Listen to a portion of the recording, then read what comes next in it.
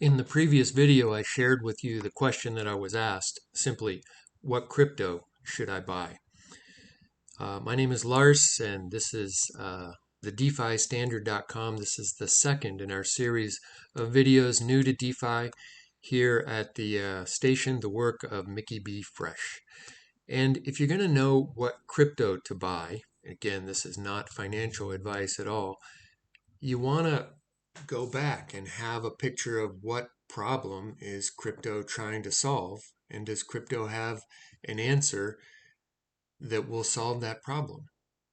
And like I said in the introductory video, this is a conversational get together to help that person who asked that question about what crypto to buy to become familiar with this field, this challenging field that has so many different terms in, is so revolutionary, has so many new concepts that come in. And Mickey has said, if you want to get in this, it's going to actually take you months of work if you really want to understand it.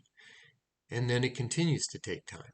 So if you're simply in looking for like what percentage return can I get on this investment, and you want to do that just by looking at charts or whatever and not understanding, well, that's okay.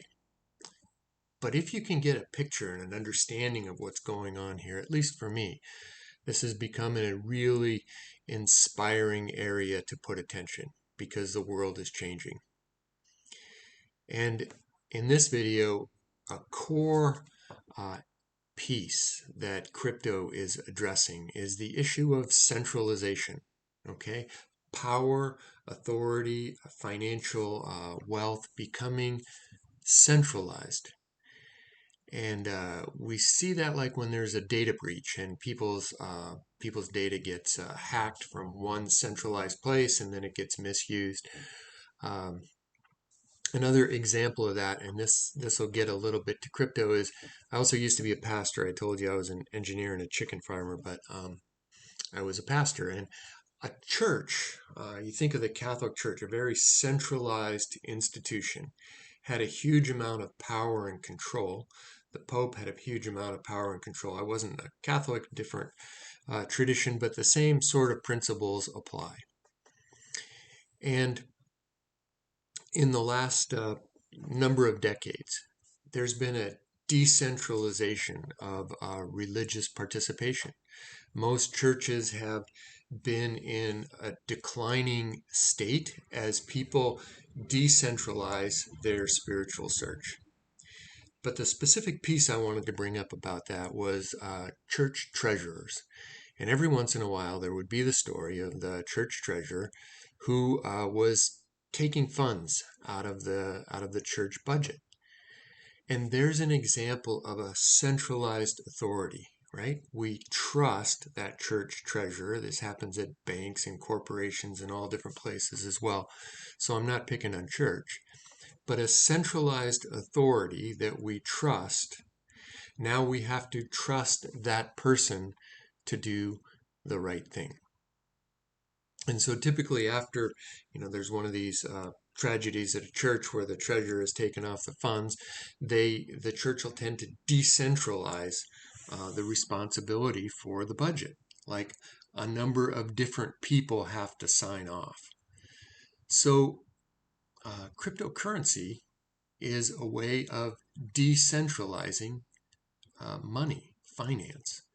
I mean, it can be used for all different kinds of things like voting and stuff like that, and the applications are enormous. But if you think about that, it's like, how do I decentralize so that I no longer have to trust one person? And you'll hear that person in crypto, or that term in crypto, of something becoming trustless. And I used to think, oh, well, that's bad. I don't want something trustless.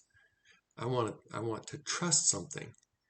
Well, what we do is we trust the protocol, we trust the math, we trust the program that's set up to make it so no one can cheat the system. So the system becomes trustless.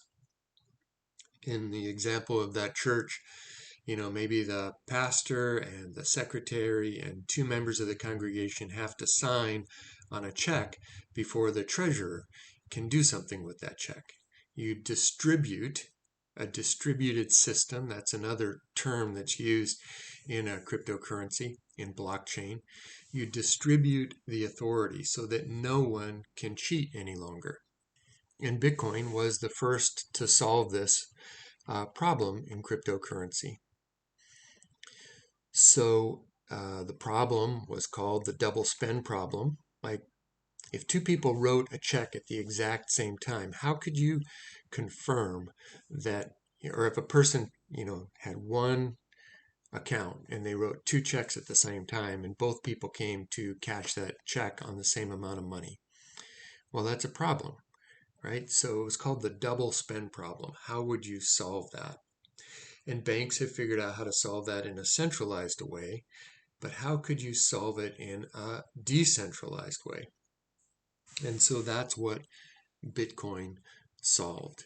And they solved it by setting up a bunch of nodes. And the way that they actually made it work was something called proof of work, which meant the person who had that node had to do a bunch of mathematical work that took a lot of computing power and a lot of energy, which would confirm that that node was incentivized to be honest. Like, if they cheated, it would cost them more than if they were honest. And so you have a bunch of these nodes, and then Bitcoin was able to set up a system in which they could trustlessly be able to account for the movement of money of Bitcoin. And that's kind of like what the church does when they have a number of different signers, and you get to this level where you can trust the system.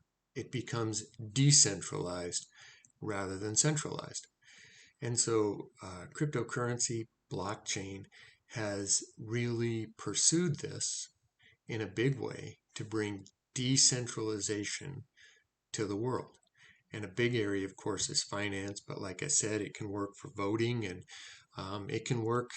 Maybe you've seen that Gerber commercial that was out at one point where they can even tell what field that the vegetables came from for the baby food. And it can be used in the wine industry, and it can be used for provenance and different things like that. But at the core of it, the thing that was once centralized, you had to trust someone to tell the truth, has now been decentralized, put into math, put into protocols where you are going to get a trustworthy answer. So the system does not require centralized trust anymore. So that's a big, big deal. And Bitcoin solving that, that is the beginning of cryptocurrency, of this whole decentralization process through blockchain. And like I said in the previous video, there are so many terms and so many concepts if you want to get into it. And if you do end up investing in it and it does grab your attention like it has mine, it's fascinating. I mean, this movement away from centralization, some people say that historically in the United States, we were a very centralized country, really heavily believing in our authorities. Then came the Vietnam War, kind of this first war that we ever lost, and this sort of loss of trust in centralized authorities. And so since the 60s and 70s, we have been dealing with issues of trust. And now we have the internet, we have digital, and we have a way of addressing trust on this level of math, on computers, and bringing that into finance. What's happened since that time is an explosion of different ways to answer this question about centralization, and then a huge explosion of different applications. Like, once you decentralize something, what are the applications that you can then start to imagine? Okay, so I'm going to get into that in the next video. There's going to be 3 different parts. One is Bitcoin, which solves this double spend problem and has become a store of value. The second component is Ethereum. And again, they use the same proof of work method. And so the issue they're running up against is it's a very expensive process. It costs a lot of money to transact on the Ethereum network. But what they brought was programming, the ability to make contracts. And there's been this huge explosion of decentralized finance applications that are built on Ethereum.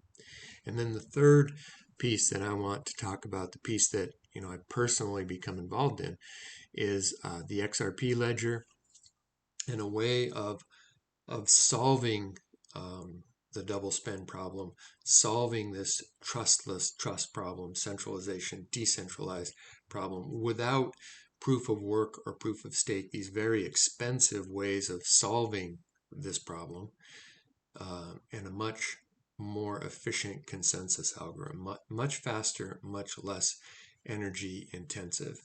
And so in the next video, I'll just kind of briefly talk about those three things, and that'll be probably enough of the background that then we can go into talking about XRP, Flare, and Flare Finance as a bit of an introduction for this new to DeFi series. All right, hope this is going to be useful. Just mean it to be on a conversational level.